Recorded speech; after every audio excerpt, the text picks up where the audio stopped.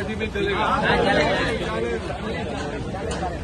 पूर्ण सिटीमध्ये जे लिंक मेट्रोचा प्रयोजन आहे तर त्याच्यामध्ये या भागामध्ये मेट्रो इथून जाणार आहे त्याची पाहणी आपण केली। तुमचे लोक माझ्याकडे आले होते, त्याच्यामुळे आपण इथल्या मेट्रोच्या वरच्या अधिकाऱ्यांना सांगितलं, हे त्याला सांग तिकडे पण जायचं आणि आपण आज पाहणी केली। त्यांच्या कागदाप्रमाणे 13 गाळे जे आहेत इन्क्लुडिंग 2-3 हॉटेल हे पार्शली बाधित होतात। आम्ही वरती जाऊन पण बघून आलो, पण आपण त्यांना सांगितलंय की तुम्ही सर्व्हे करा आणि एक्झॅक्ट काय आहे, नक्की किती टक्के बाधित होतात। कोणाचं 30%, समजा 800 फूट कोणाचं आहे तर त्याचं 100 फूट, कोणाचं 200 फूट, तर ते नक्की सर्व्हे केल्यानंतरच करणार। तर तो किती दिवसामध्ये आपला होईल, हा आठवड्याभरात करा। हा करा ना, कोणाला काय होतंय बघा। आपण याच्यामध्ये 2 पर्याय सांगितलेले आहेत। एक टेक्निकली तुम्ही आम्ही ते ठरवू शकत नाही, ते टेक्निकल लोकांना विचारतील की हे सगळं बाजूला करून तुम्ही असा आणा, हा एक पर्याय तुमच्या लोकांनी दिला होता, जास्त बरं। आणि दुसरा असेल तर कधीही जास्तीच बरं ना। पण दुसरा पर्याय जो आहे तो किती लोकांच्या डोक्यावरनं मेट्रो जाते आणि किती लोक किती बाधित होतात त्याचा आता आठवड्याभरामध्ये सर्व्हे करू। मी तुमच्या वतीने आहे, मी 40-50 वर्षापासून या ठिकाणी होतो। मला उद्योग इंडस्ट्री इस्टेट नवीन नाही, माणसं बदललेली असली तरी पण छोटे छोटी कामं 4-5 कामगार, काही ठिकाणी 20-25 कामगार आणि इंटर रिलेटेड आहे। एखादा एक दुसरीकडे कुठेतरी गेलं तर त्याचं इथल्याच इंडस्ट्रीबरोबर काम आहे, बरोबर आहे। आणि त्यामुळे त्याच्यानंतर आपण त्याच्यामधनं इथला कोणी पण त्रास होणार नाही अशा पद्धतीचा त्याचा आपण निर्णय करू। अशा पद्धतीने त्याला बसू की त्याला स्वतः तो सांगेल की अभी हम खुश है।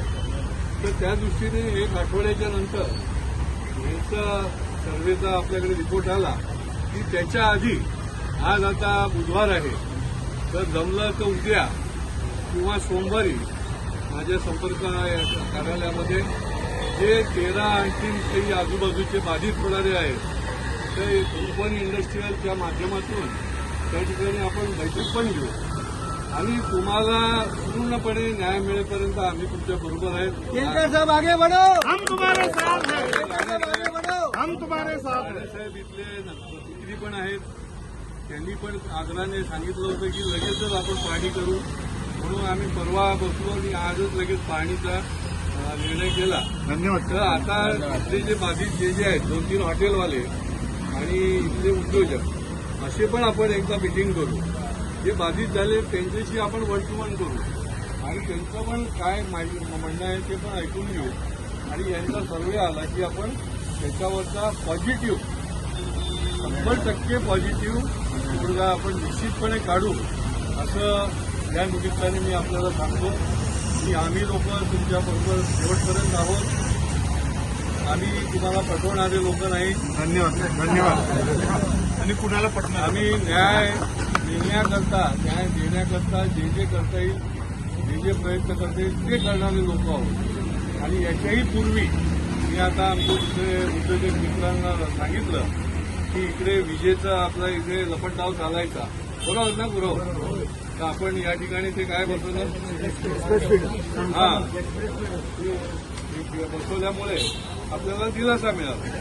पुढच्या काळामध्ये देखील Madhya Pradesh provident fund investment company जी आहे ती परस्पर काहीतरी कोणतरी येतं तुम्हाला फसवू नका। आपण इन्व्हेस्टमेंट कंपनीच्या अर्थमंत्री तिथले जे आहेत मध्य प्रदेशचे त्यांच्याशी आपण संपर्क केलेला आहे।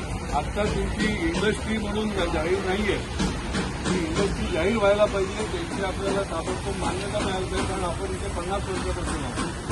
तर त्याची पण आपण पाठपुरावा करतोय। बाकी सगळ्यांना माहिती नसेल पण जे तुमचे पदाधिकारी आहेत त्यांना कल्पना आहे, तर ती पण आपण पुढच्या काळामध्ये त्यांच्याबरोबर मिटिंग घेऊन सगळीच ओपन इंडस्ट्रियल इस्टेट जी प्रॉव्हिडंट फंड इन्व्हेस्टमेंटच्या अंडर येते त्यांना आपण सांगून ते रेग्युलराईज करणार आहोत. तिकडे तिकडे कोणाला तरी काहीतरी पैसे बिसे देत बसू नका. आपल्याला आपला न्याय्य हक्क आहे आणि तो हक्क जो आहे तो आपण ते पुरा करणार आहोत. हे पण तुम्हाला मी ऍडिशनल सांगतो. केरकर साहब आगे बढ़ो, हम तुम्हारे साथ हैं.